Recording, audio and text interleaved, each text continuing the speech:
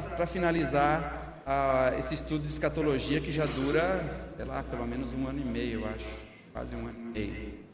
E temos o julgamento do trono branco, conhecido como juízo final, e o estado eterno, da eternidade. Então nós temos hoje e dia 30, porque em dezembro eu venho, mas não para dar aula na escola dominical. Encerra a escatologia, se Deus permitir, agora no mês de novembro. E nós vamos falar então essa manhã sobre o juízo do trono branco. De alguma forma parece que Deus tem colocado no nosso coração uma consciência intuitiva de que todas as pessoas vão um dia comparecer perante Deus para prestar contas da sua vida. E a Bíblia é clara em afirmar, por exemplo, lá em Hebreus 9, 27, que aos homens está ordenado morrerem uma vez, vindo depois disso o juízo. Então realmente se confirma essa ideia de que realmente todas as pessoas vão comparecer perante Deus. A gente tem visto que não necessariamente no mesmo momento, numa mesma hora, todas as pessoas. Parece que a Bíblia deixa claro que os julgamentos acontecem em momentos diferentes para grupos distintos, né? Vocês lembram de alguns julgamentos que a gente mencionou aqui? Para citar, só para a cabeça funcionar? Oi? O Bema, o Tribunal de Cristo, né? Que é para quem? Os salvos da época da igreja, né? E que mais? Julgamento das nações no final da tribulação, ali provavelmente ali naqueles 75 dias entre a tribulação e o milênio, né? Julgamento de quem mais? Dos anjos, não dá para se cravar certinho quando que vai acontecer, mas é futuro ainda, né? Julgamento também dos judeus, né? E esse aqui, julgamento juízo final do grande trono branco. Aqueles que estão em Cristo vão comparecer perante Deus, como nossa irmã Agni mencionou, no Bema de Cristo, no Tribunal de Cristo, e ali vai ser decidido os galardões, as recompensas que os crentes vão receber. Não é um julgamento de salvação. Mas os ímpios, eles vão comparecer perante esse julgamento do trono branco. E quando eu falo ímpio, eu menciono todos os incrédulos, desde quando Deus formou o homem até a última pessoa a nascer no reino milenar. Então todos os ímpios vão para esse momento, e o texto base, eu peço que você abra a sua Bíblia lá em Apocalipse capítulo 20, versículos 11 a 15, e que nós vamos ler nesse momento. Apocalipse 20, versículos 11 a 15.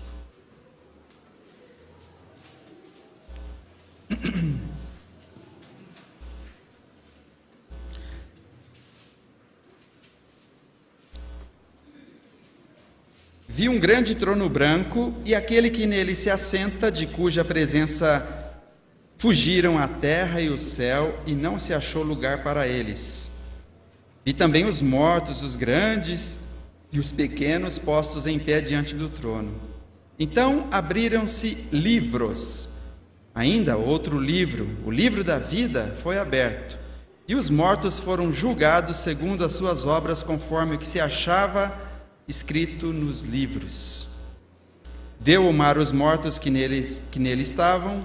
A morte e o além entregaram os mortos que neles havia, e foram julgados um por um segundo as suas obras.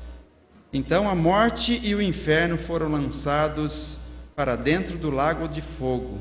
Esta é a segunda morte, o lago de fogo. E se alguém não foi achado inscrito no livro da vida, esse foi lançado para dentro do lago de fogo.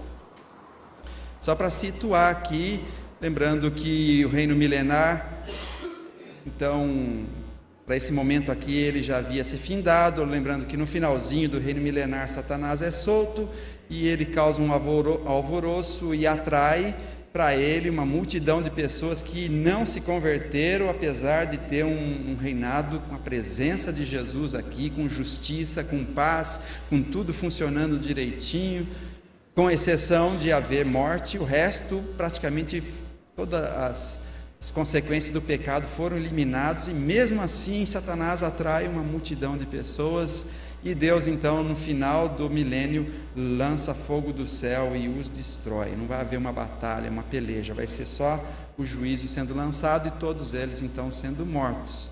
Logo após isso, então, Satanás é julgado e ele é lançado lá no lago de fogo. Se você vê o final de Mateus 25, fala que esse lugar foi criado para Satanás e os seus anjos, e ele está sendo mandado lá. Ele é o primeiro a ir para lá? Quem que já foi para lá? As duas bestas, né? A besta que emergiu do mar e a besta que emergiu da terra, ou seja, o falso profeta e o anticristo, ou invertido aí. E eles já estavam lá desde o final da tribulação, agora Satanás foi para lá fazer companhia para eles, né?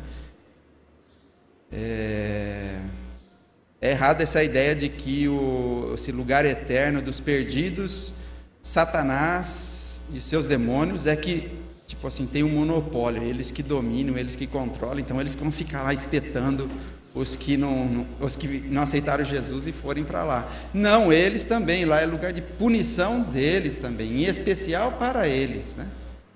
Mas os incrédulos todos, como a gente vai ver, vão para lá, nesse lugar de punição, em especial para Satanás e para os seus anjos, mas todos os incrédulos vão para lá.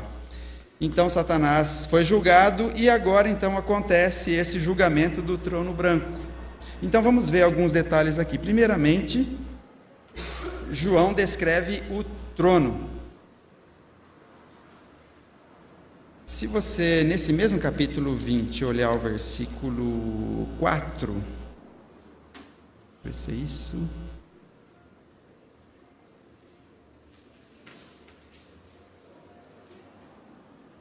Isso mesmo, 4. Aparece a mesma palavra mencionada no versículo 11, trono. Aqui fala: vi também tronos, e neles sentaram-se aqueles aos quais foi dada a autoridade de julgar. E aqui, esse trono do versículo 11 é diferente desses tronos que são mencionados aqui. Apocalipse por várias vezes menciona essa terminologia trono, mas esse trono aqui, ele é distinto. Por quê? O que vocês estão notando no versículo 11 de distinção desse trono? E isso, dois adjetivos aí que estão mostrando a diferença que tem esse trono, né? Grande e branco. A ideia de grande talvez tenha três pensamentos por detrás. A primeira delas é grande em termos de tamanho mesmo. A segunda delas é grande por causa daquele que está ocupando o trono. Ele é grande. E a terceira ideia de grande é pela grandeza do julgamento. Todos os ímpios vão estar lá passando por esse julgamento. Então realmente é um acontecimento grandioso, e é um julgamento talvez, não sei se assim comparado com os outros, dos maiores, né? Apesar que o julgamento dos nossos pecados em Cristo na cruz é o ápice, né? É o maior de todos os julgamentos, né? E lá Deus decretou perdão para os nossos pecados, né? Mas então acho que a ideia do grande talvez transpareça esses três pensamentos. Agora, a ideia do branco, apesar do branco ter variadas conotações, acho que a ideia que prevalece é de pureza daquele que estará julgando, e talvez a ideia de uma justiça, de uma equidade na justiça. Quando aquele que está sentado no trono, que é puro, ele decretar a sentença, é uma sentença justíssima. Então, talvez a ideia do branco aí mostrando que não vai ter nenhum erro, nenhum mal que possa interferir no tipo de julgamento que vai ser dado no juízo do trono branco. Acho que esses pensamentos deveriam passar na cabeça nossa quando pensamos no juízo do grande trono branco. Agora, sobre a identidade daquele que está sentado lá no trono. Quem que é a pessoa que está lá? Quem que vocês acham? Senhor Jesus. Deus Pai vai estar lá. Jesus vai estar sozinho.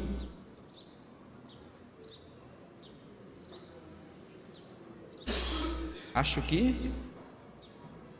Eu ouvi um acho que aí, né? Interessante que João não identifica assim de uma forma direta a pessoa que vai estar lá, né? Vi um grande trono branco e aquele que nele se assenta, de cuja presença fugiram tal. Aquele que nele se assenta. Essa expressão, aquele que nele se assenta, no caso aqui no trono, em outras passagens bíblicas, normalmente se referem a quem está sentado? A Deus. Deus está assentado e Jesus está, por exemplo, à sua direita, né? Apocalipse 3:20, para começar a explicar então quem que será que está assentado ali, se é Deus, Deus Pai, Deus Filho. Apocalipse 3:20 fala de Jesus compartilhando esse trono com Deus. 3:21, quem quer ler? Alguém quer ler? 3:21. O vencedor darei o direito de sentar-se comigo em meu trono, assim como eu também venci e sentei-me com o meu Pai em seu trono. Você viu? Ele venceu e ele sentou com seu Pai no trono de quem? Do Pai dele. Não sei se esse trono, então, assim, é bem largo que caiba o Pai e o Filho junto, mas está falando aqui que Jesus está compartilhando desse mesmo trono com o Pai, né? Atos 17:31. Já começa a esclarecer um pouco mais aí sobre quem vai estar sentado nesse trono. Quem achar pode ler.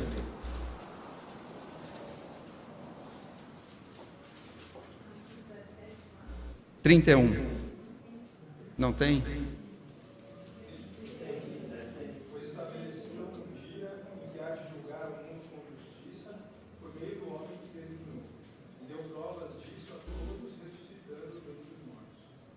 Não menciona o nome aqui, mas só fala que vai ser um varão que destinou e acreditou diante dos homens, né?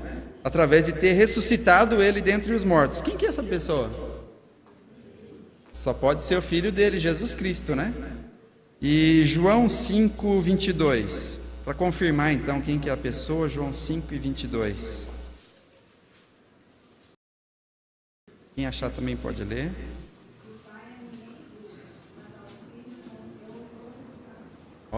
Tá vendo? Tem Jesus compartilhando o trono com o Pai, mas está falando que o Pai, ele mesmo não vai julgar. E ele confiou todo tipo de julgamento ao Filho. Por isso a gente acredita que esses outros julgamentos escatológicos é o Filho quem está julgando. E Paulo esclarece isso mais lá em Romanos 2:16. Outra pessoa lendo Romanos 2:16.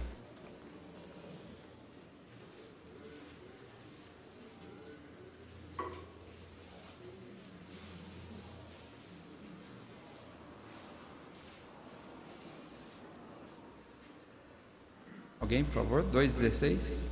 Isso tudo se verá no dia em que Deus julgar os segredos dos homens, mediante Jesus Cristo, conforme se declara pelo Evangelho. Tá vendo então um compartilhamento aqui, né? Então parece que é um julgamento de Deus, mas que ele vai fazer através do seu Filho Jesus. Eu posso concluir isso também pelo fato de João ter dito que viu aquele que está sentado no trono, Pessoa de Cristo. Poderia juntar assim, está no mesmo livro, então traz a mesma ideia, né? Muito bem, mas então é um julgamento de Deus, mas que ele confiou a pessoa de Jesus ser o juiz nesse julgamento, né? Então é Jesus. Pode ler, esse daí eu não tinha notado. Conjuro-te perante Deus e Cristo Jesus, que há de julgar vivos e mortos pelas suas Você viu? Deus que há de julgar em Cristo, né? É 2 Timóteo, deixa eu anotar aqui, irmão. 2 Timóteo 4, versículo 1. Muito obrigado. Esse outro versículo corrobora com essa ideia, né? Deus julgando através da pessoa de Jesus Cristo. Então é Cristo quem vai estar sentado nesse trono. É que a gente entende Deus assim, como ele se apresenta na Bíblia, né? 3 pessoas, 3 funções, né? Então, para a nossa cabeça, a gente pode talvez imaginar, então, vai ter o Pai e o Cristo aqui do lado, e o Pai está falando, pode tocar o barco, é com você mesmo, né? E ele, então, faz o julgamento lá, né? Mas, de certa forma, Deus é Deus quem vai estar ali, né? Deus é um só, em 3 pessoas, mas a ênfase aqui é que o Filho que foi aqui nesse mundo escarnecido, que foi debochado e foi desprezado por esse mundo, ele próprio é que vai julgar esse mundo ímpio.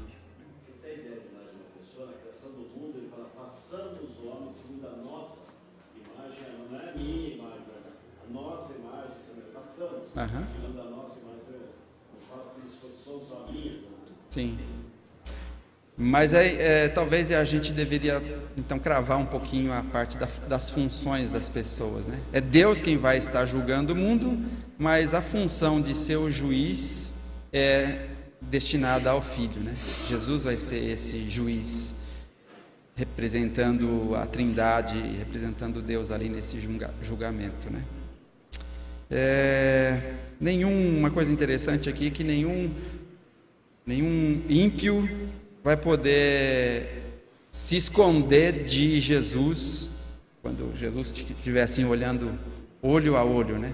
E cada um vai passar pela presença de Jesus, né? Diz lá em Hebreus 4:13, e não há criatura que não seja manifesta na sua presença, pelo contrário, todas as coisas estão descobertas e patentes aos olhos daquele a quem temos de prestar contas, inclusive os incrédulos. Então, quando tiver ali no olho a olho, não tem nada que vai ficar escondido, né? O lugar desse julgamento, diz aqui em Apocalipse 20:11, que Cristo então se assenta nesse trono branco, e daí fala, cuja presença fugiram a terra e o céu, e não se achou lugar para eles. É nesse momento aqui, então, que se acredita que a terra já foi destruída, porque Deus fala que ele vai fazer novo céu e nova terra. Então parece que terminou o milênio, e essa terra e o céu foram destruídos, e ainda não foi formado, então, um novo céu e nova terra. Parece que está nesse lapso de tempo, de espaço aí, da destruição desse céu e dessa terra, e a formação do novo céu e da nova terra, porque não se achou lugar para eles, apesar de ter essa foto aí, aparecendo uns planetas aí, né, e mostrando um grande trono, não tinha lugar para esse julgamento. Vamos ler 2 Pedro 3:10. Ali fala da destruição dessa terra. Quem achar pode ler. 2 Pedro 3:10.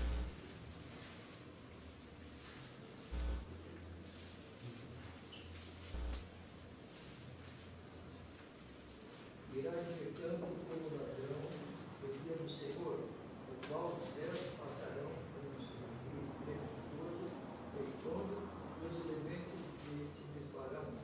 Abrasados, também a terra e as obras que nela existem serão atingidas. Então, acho que a ideia de se não ter aí um lugar para eles, e não ser aqui nesses céus e nessa terra aqui, é porque é um julgamento onde terá a presença de Deus, e parece que nada corrupto, sujo vai estar assim ali, né? Logicamente os incrédulos vão passar por esse julgamento, mas eles já estão com a sentença praticamente decretada, né? Vai ser um julgamento das suas obras. Mas assim, a terra que foi atingida pelo pecado, ela não vai existir, talvez eliminando toda a corrupção, e tendo um lugar assim isento dessa corrupção para fazer esse julgamento. Pelo menos eu tenho pensado assim. Os participantes desse julgamento, versículo 12 de Apocalipse 20.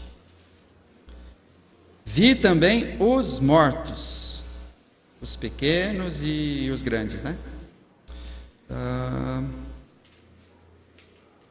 Foram julgados segundo as suas obras, conforme se achava escrito nos livros. E aqui então dá indicativo de que quem são as pessoas que vão passar por esse julgamento. Vi os mortos. Eu creio que aqui esteja se referindo a todas as pessoas de todas as épocas, de todas as etnias, de todas as classes sociais, com variados tipos de morte que tiveram, quer sejam pessoas políticas, quer sejam pessoas poderosas, quer sejam mendigos e favelados e classe média, todos os que não aceitaram receber Jesus como Salvador e crendo no sacrifício que Ele fez na cruz, esses são os mortos. Efésios 2:1, né, que fala que nós estamos mortos em nossos delitos e pecados, então são esses os que se classificam como os mortos espiritualmente e que estarão, portanto, com as suas transgressões junto com eles, com os seus pecados. A gente deve pensar que quando Jesus realizou a obra do perdão de Deus sobre os nossos pecados na cruz, quando Ele estava sendo maldito no nosso lugar e recebendo a punição pelos nossos pecados, Ele fez a obra para ser aplicada àqueles que creem. Então a obra do perdão está disponível para todas as pessoas. Então quem entender pelo esclarecimento do Espírito Santo e falar assim, eu aceito essa obra, eu creio nesse Salvador, então essa obra que Cristo fez na cruz é aplicada e o perdão de Deus é colocado sobre aquela pessoa, ela sai do banco de réus, ela não é mais julgada, passou da morte para a vida. Mas para aqueles que não aceitam Jesus como Salvador, reconhecendo que a obra dele é suficiente para salvar e perdoar os seus pecados, ele continua debaixo da ira de Deus, por causa dos pecados deles. Ele não aceitou a obra aqui, o redime disso daqui. Então ele está ainda debaixo das suas próprias transgressões. E essas pessoas então são classificadas como as mortas, né? Espiritualmente mortas, e elas um dia vão ser ressurretas, vão sair das criptas, vão sair, os seus pedaços que foram espalhados vão se juntar, os pós que foram espalhados vão se juntar, elas vão ser ressurretas, vão se juntar com sua parte imaterial e vão estar ali diante de Jesus Cristo nesse trono branco. A salvação não está em questão, né?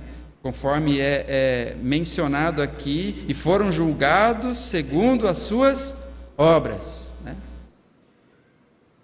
Tudo que tem a ver com salvação, o contexto de versículos que falam com salvação, sempre falam de fé, tem a ver com fé, e os contextos que falam de galardão, e aqui nesse caso aqui podemos falar a palavra galardão, entre aspas, ou seja, a recompensa, a paga, tem a ver com o que a pessoa faz, né? Com obras, né? Queria voltar aqui um pouquinho no versículo 5, sobre os mortos. Fala aqui no versículo 5, os restantes dos mortos não ressuscitaram até que se completassem os 1000 anos. Esta é a primeira ressurreição. Eu cheguei a mencionar aqui, quando falamos do milênio, que eu acredito que crentes também vão morrer no milênio. E se crentes no milênio morrerão, é para haver uma ressurreição ao final do milênio. Eu queria ressaltar que tem muitas pessoas que creem que os crentes viverão os 1000 anos, não morrerão. E os que morrerem vão ser por juízo por causa dos pecados deles, né? Porque fala no Antigo Testamento de serem mortos por causa dos pecados. Então, há um grupo que acredita que a primeira ressurreição, que engloba todos os crentes, em fases diferentes, né? Cristo a primícia, o primeiro a ressuscitar para nunca mais morrer. Os crentes da época da igreja vão ressuscitar ao final da época da igreja, né? O arrebatamento da igreja. Os crentes do Antigo Testamento ressuscitando no final da tribulação. Os crentes da tribulação que foram martirizados ressuscitando também ao final da tribulação. E quando se lê esse versículo aqui, há vários crentes que entendem que então aqui se completou, no final da tribulação, se completou a primeira ressurreição, que é só para crentes. E daí fala que o restante dos mortos não vão ressuscitar até que se completasse os 1000 anos, ou seja, depois do milênio. E então eles falam que esses que vão ressuscitar depois do milênio é só incrédulos, para esse julgamento do trono branco. Eu tenho dificuldade, o irmão da igreja aqui já passou uma referência lá de Isaías, falando que crentes provavelmente não vão morrer. Eu, pelo que eu estudei, não consegui ver clareza neles, né? Aqui é outro versículo que fala que dá a entender que parece que então a primeira ressurreição termina no meio da tribulação, e a segunda ressurreição então é só depois do milênio. Mas você viu que a expressão, ele está falando ali da ressurreição dos crentes da tribulação no versículo 4, e os restantes dos mortos não reviveram até que se completasse os 1000 anos, e daí vem a informação, esta é a primeira ressurreição. Pode ser que então o início do versículo seja uma explicação do que vai acontecer depois, e a expressão esta é a primeira ressurreição tem a ver com o versículo 4, ou pode ser que então haja também ressurreição de crentes ao final do milênio. Só estou bagunçando a cabeça de vocês porque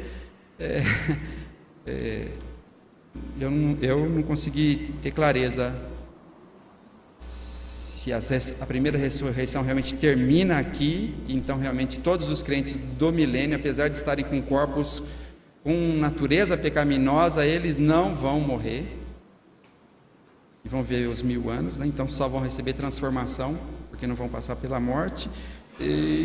Ou se realmente esses aí, se continuarem pecando e sendo crentes do milênio, eles podem morrer por causa do pecado, e daí Jesus o ressuscita no final do milênio. Então só essa dúvida aí, tá? Só para lançar para vocês. Se tiverem algum versículo claro, eu quero ouvi-los, tá? Sobre isso daí. Esses aqui, os mortos, da onde eles estão vindo? Os mortos que estão sendo julgados. Onde eles estão?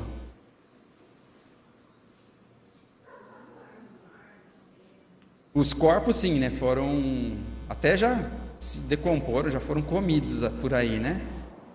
Mas falando da alma deles, da onde eles estão vindo?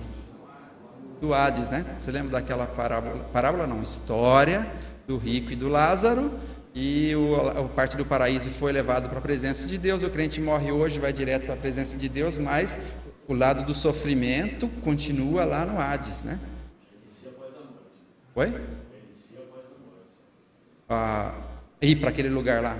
Isso, os incrédulos ao morrerem vão para o Hades. E esse lugar, Sheol no Antigo Testamento e Hades no Novo, fala de um lugar que está preparado, e todos os mortos desde Adão sem Cristo estão indo para aquele lugar lá. Então está assim de gente, né? Então eles estão saindo do Hades, e tem algumas bíblias aí que no versículo 13 de Apocalipse 20, não é isso? Fala que a morte e o Hades entregaram os seus mortos, é alguma coisa assim? Hã? A morte e o além, mas tem uma Bíblia que fala do Hades aí, não fala? O inferno, né, traduz inferno, mas a palavra lá é o Hades, né? Na NVI fala isso, né?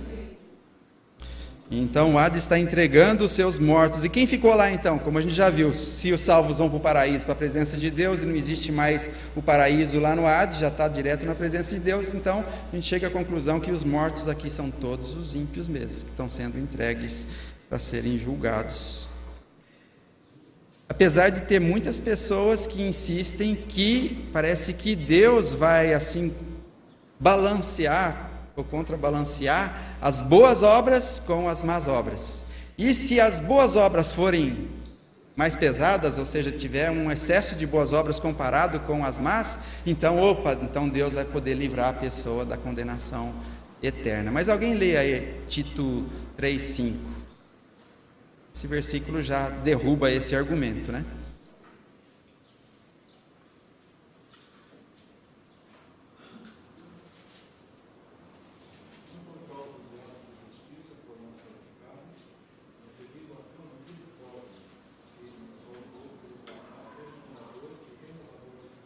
Vendo? A gente é salvo pela obra de Cristo e não por obras de justiça. Por mais, como falar, cheio o saco da pessoa que for comparecer perante esse trono branco aí, não vai pender para o lado dele, não.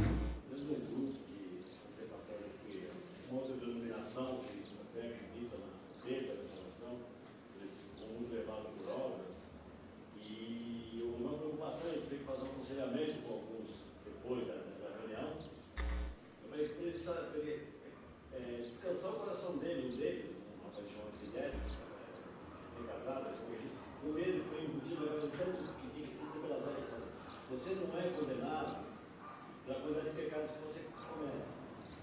Você é condenado pela quantidade de verdades que você rejeita. Mas no momento que você rejeita os valores, você está condenado.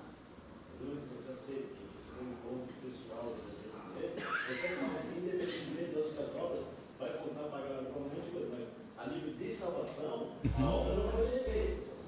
Exato. Tinha que ficar as obras. A gente vai ver que tem assim um certo peso positivo para o lado de quem está passando por esse julgamento aqui, as boas ações, as boas obras, mas não no sentido para salvação, né? Lembrando que obras têm a ver com recompensa, com galardão, né? Pois não, Liseu?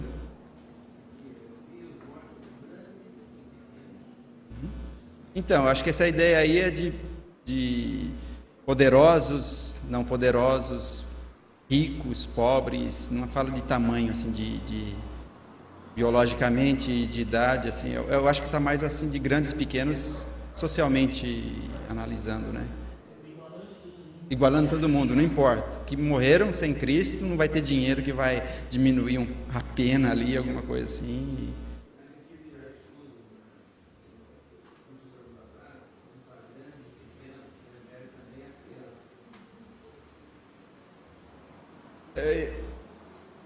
Pelo que eu estudei, assim, não vi o peso assim com relação a isso, mas que vai haver criança, acredito que vai, porque se em pecado o salmista diz que ele foi gerado pela mãe dele, né?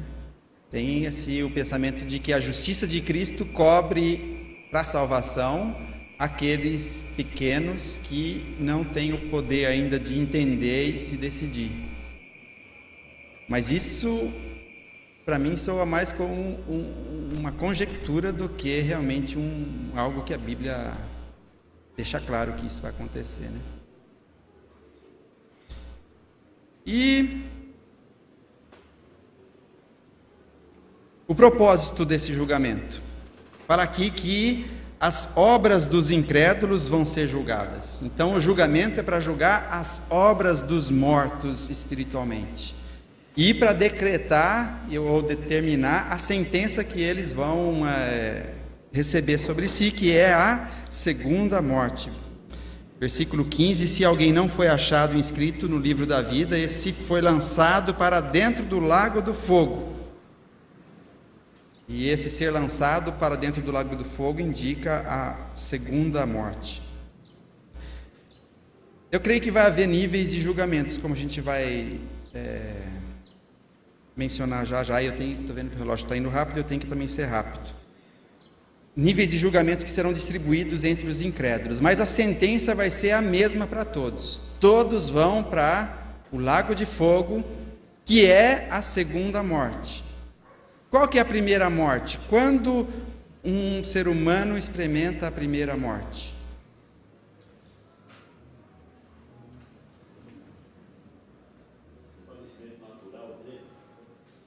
Eu acredito que sim, porque a gente já herda isso daí, já herda a natureza e já foi imputado na nossa conta a decisão de Adão.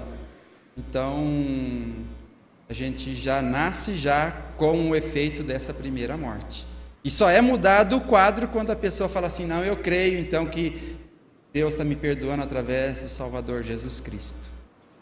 Daí que a gente sai dessa situação. Enquanto isso, estamos com a primeira morte atingindo o nosso ser. Então a segunda morte simplesmente é a decretação final da primeira morte.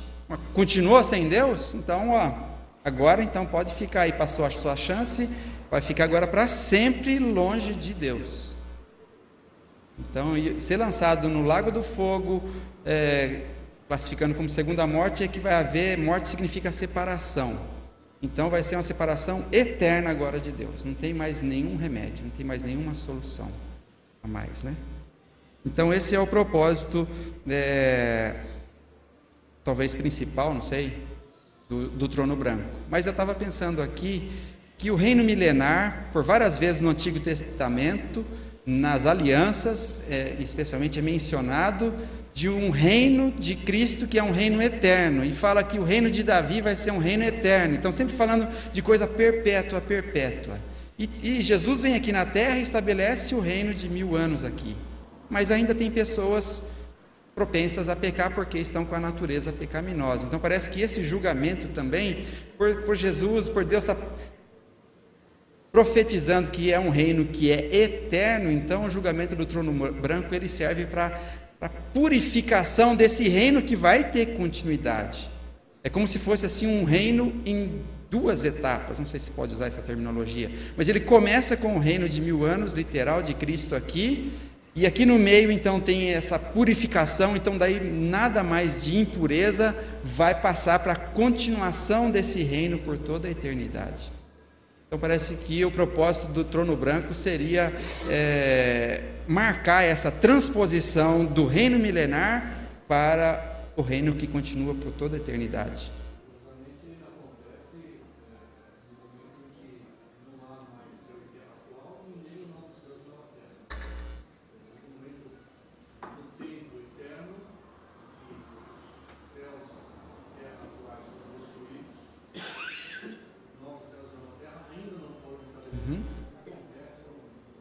Então daí Deus assim está assim, expurgando toda a sujeira, né, Marcos Rojas? Está expurgando tudo, não vai ter nada mais de errado, sujeira na definição de quem vai ficar para sempre do lado de Deus e para quem vai ficar separado, segundo a morte, de Deus para sempre também. Então parece que esse é o julgamento derradeiro e grandioso, né?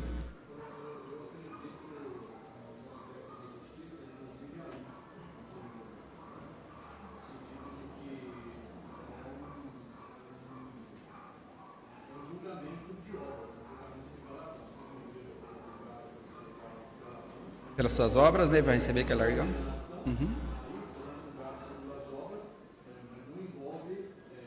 Salvação. Por isso, então, eu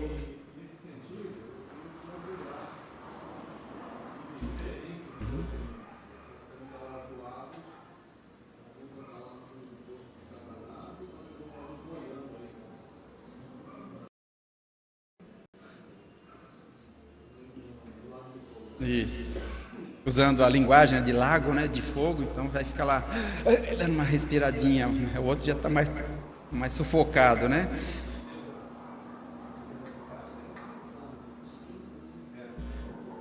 Os quintos dos infernos. Tem os primeiros dos infernos, segundos, até chegar nos quintos. O quinto é o último nível, então. Segundo os Piracicabana, é o último estágio, né?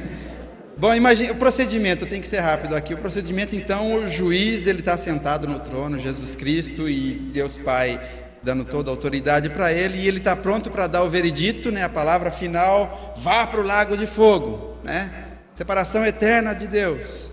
Mas antes ele fala assim, deixa eu primeiro ver aqui a sua história, né? Então ele vai examinar livros, né? E pelo menos 2 tipos de livros são mencionados aqui, né? Abriram-se livros, e daí fala ainda outro livro, o livro da vida foi aberto. Então pelo menos 2 tipos de livros foram abertos, né? Os livros e o livro. Parece que Deus sempre mantém assim um registro de todas as ações, pensamentos que o homem fez e faz, né? Todos eles. Parece que uma das razões é um dia trazer isso a julgamento. Talvez no Bema isso vai ser aplicado para os cristãos, né? Porque serão julgadas nossas obras lá no Tribunal de Cristo, e aqui para todos os ímpios, esses livros com esses registros, cada pensamento, cada palavra, cada ato está lá registrado, e Jesus então vai dar uma olhadinha nesse livro quando cada pessoa comparecer perante ele, né?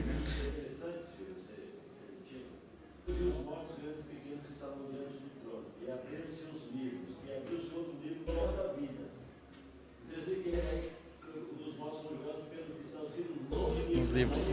Uhum.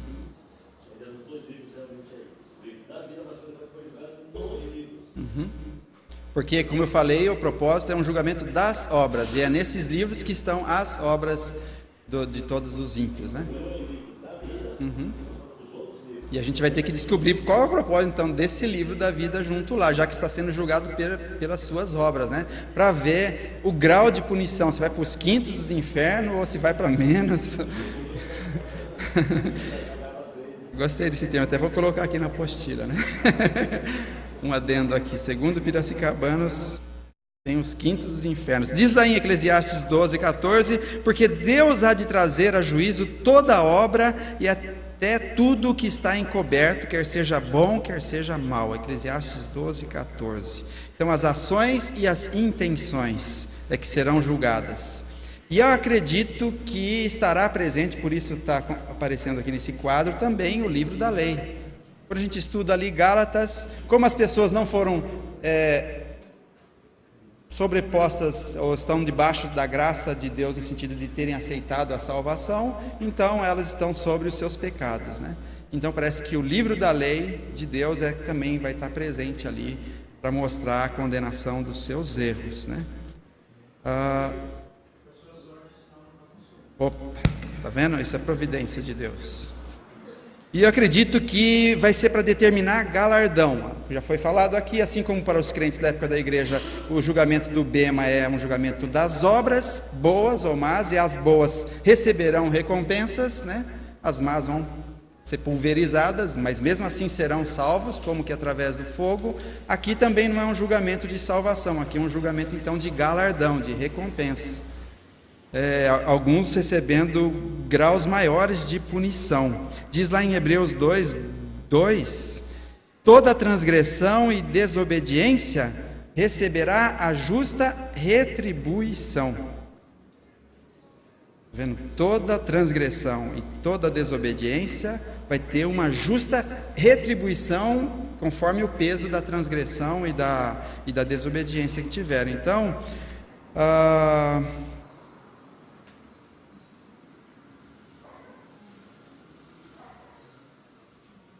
da mesma forma que a salvação para o crente ela é igual para todos que creem são salvos, a perdição aqui, então, no caso, o destino de quem vai passar no trono branco é para todos.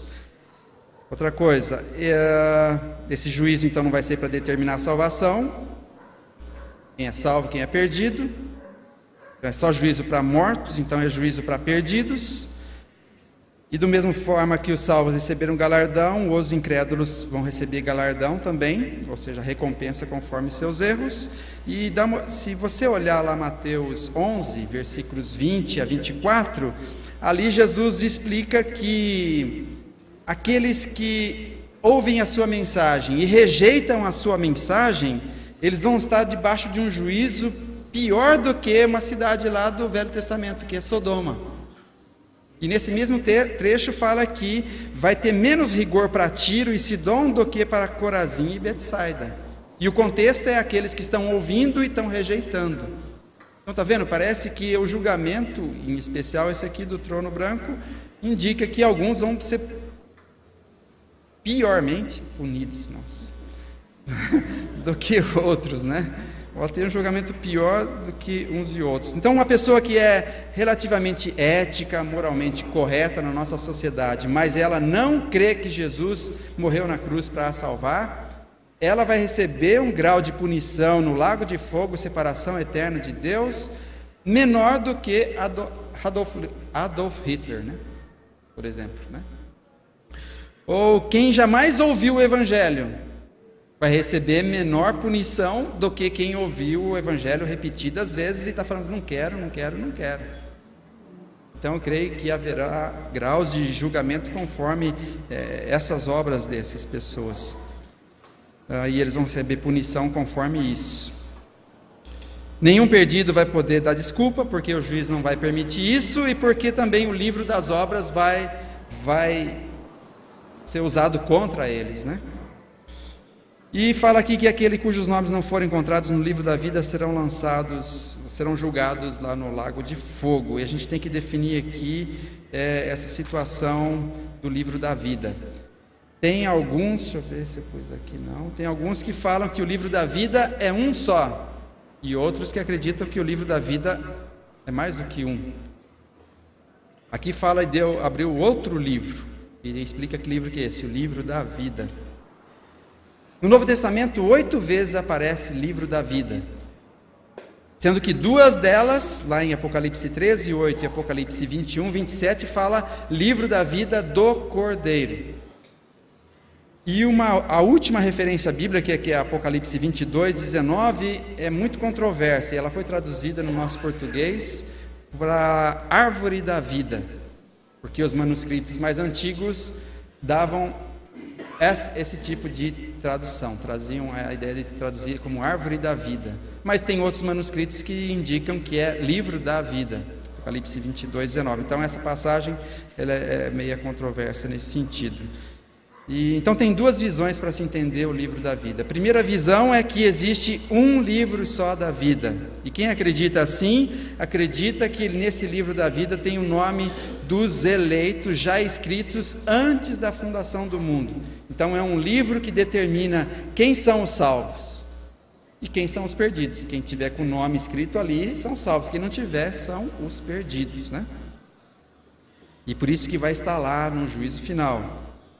Lá em Apocalipse 3, 5, que fala lá da possibilidade de se riscar o nome do livro da vida, esse é um dos textos que menciona o termo livro da vida, lá eles entendem não como uma ameaça, vou riscar o seu nome do livro da vida, mas eles entendem como uma promessa. De forma nenhuma o seu nome vai ser riscado do livro da vida, né? Mas ainda dentro desse grupo que acredita que existe um livro só, tem uns que entendem que o livro da vida não é o livro assim do nome dos eleitos desde a fundação do mundo lá, mas é o nome dos vivos. O livro da vida é o nome dos vivos, que se a pessoa morrer e ela não tomou a decisão de crer na providência de Deus para a salvação, que é a pessoa de Jesus, daí sim então ela é riscado daquele livro ali. Mas se ela aceitar Jesus, ela continua escrita o seu nome no livro dos vivos, né? Então daí dá a entender que daí está o livro da vida, porque se continuou lá é porque recebeu Jesus, então o nome continua ali, não foi riscado. Mas agora há o outro grupo que acredita que então existe 2 livros. Eu estou nesse grupo aqui dos que acreditam que existe o livro da vida e o livro da vida do Cordeiro. E quem pensa assim, a primeira diferença, eles fazem algumas diferenciações. A primeira diferença é que o livro da vida traz o nome de todas as pessoas vivas, que em parte, o primeiro grupo lá que acredita em um livro, tem parte desse pessoal que acredita assim também, que esse livro da vida contém o nome das pessoas vivas, enquanto que o livro da vida do Cordeiro contém o nome daqueles que de fato aceitaram a obra que o Cordeiro realizou na cruz. Então tem essa diferenciaçãozinha. Segunda diferenciação, antes de falar da segunda,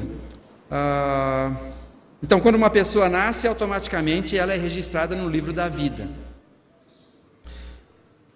E se essa pessoa então morrer sem ter aceitado o Cordeiro, ela então é riscada do livro da vida, tirada o seu nome do livro da vida.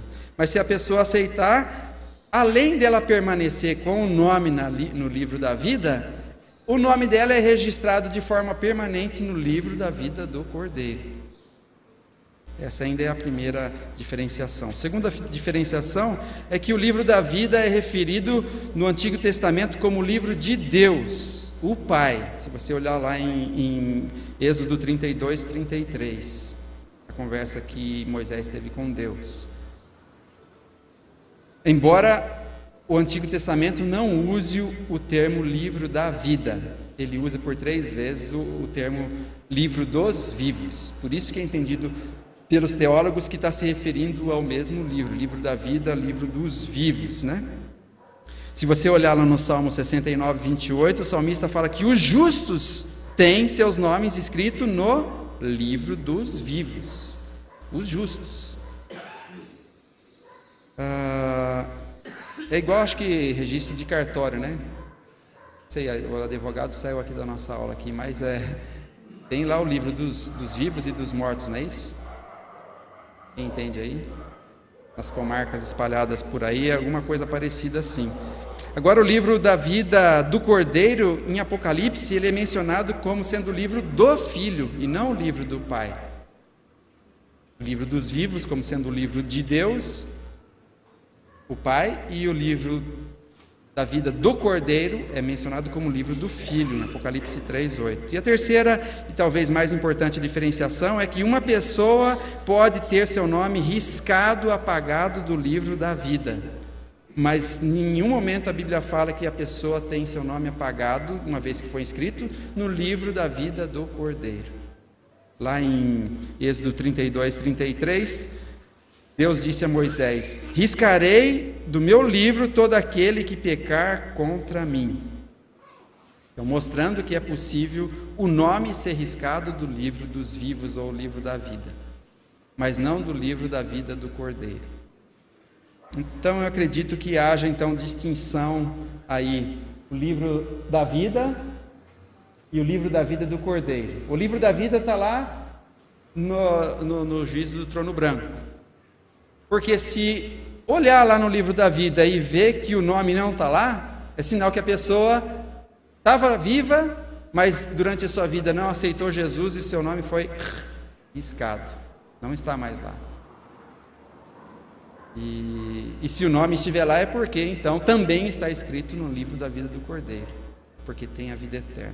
Então lanço aí para vocês essas 2 ideias, vocês abraçam aquela que acharem melhor. Bom, o destino então é Lago do Fogo. Só rapidamente aqui, a Bíblia fala que o Lago do Fogo é a segunda morte, fala que é um lugar que é destinado para Satanás e seus anjos, mas todos os incrédulos também vão para lá em níveis diferentes. Então o quinto dos infernos deve ser de Satanás, e os seus demônios estão bem pertinho lá do quinto dos infernos, né? E a gente fala inferno. Algumas traduções traduzem Hades ou Sheol para o inferno, e às vezes algumas traduções traduzem Lago de Fogo também para o inferno. Inferno está falando assim de uma linguagem assim de sofrimento, de uma coisa... Guiena também traduzido como inferno, falando do estado e a situação desse local. Eu acredito que é um lugar real, além de ser um estado, né? Assim como o céu e a eternidade com Deus vai ser um local e um estado ao mesmo tempo, também o Lago de Fogo é um lugar e é um estado também. Fala lá que serão atormentados de dia e de noite pelos séculos dos séculos, ou seja, eternamente, versículo 10 de Apocalipse 20. Lá descreve o Lago de Fogo como fogo eterno, em Mateus 25 e Mateus 18. Fala em Marcos 9 que é um fogo que nunca se apaga. Lucas 16 é um lugar de tormento. Mateus 25, fogo eterno. Marcos 9, onde o verme não morre e o fogo não se apaga. Apocalipse 21, 8, arde com fogo e enxofre. Apocalipse 9, 2 é um poço de abismo. Mateus 8, 12, lançados fora nas trevas, haverá choro e ranger de dentes. Lucas 3, 17, fogo inextinguível. Judas 13, negridão das trevas. Mateus 13, 42, fornalha acesa. Apocalipse 14, 11, a fumaça do seu tormento sobe pelos séculos dos séculos e não tem descanso algum de dia e de noite. Todas essas figuras de linguagem estão para tentar assim descrever como é o Lago de Fogo, nos seus vários níveis que terão lá. O lago de fogo deveria nos estimular mais amor, então, pelas almas perdidas. Porque se elas não acreditarem enquanto estão vivas, elas vão para lá. E vão ficar lá eternamente, em sofrimento. Também o lago de fogo não deveria ser essa preocupação, mas deveria fazer com que os incrédulos se preocupassem com a sua salvação. A salvação das suas almas. E a decisão é enquanto eles estão aqui vivos, né? E o lago de fogo deveria também, para nós crentes, ser motivo de gratidão, de amor, de glorificação, de adoração, porque nós nos livramos daquele lugar.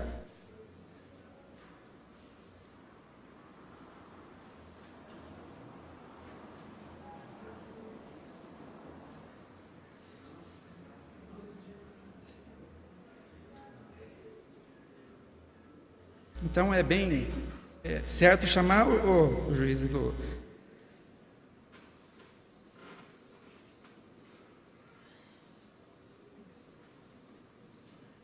trono branco como o juízo final. E Paulo fala que, ora, o último inimigo a ser aniquilado é a morte.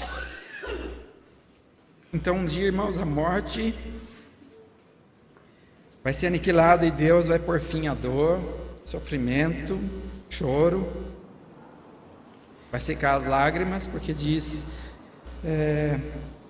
isso em Apocalipse 21:4 e também lá em 1 Coríntios 15: tragada foi a morte na vitória. Onde está a morte, o teu aguilhão? Onde está o inferno, a tua vitória?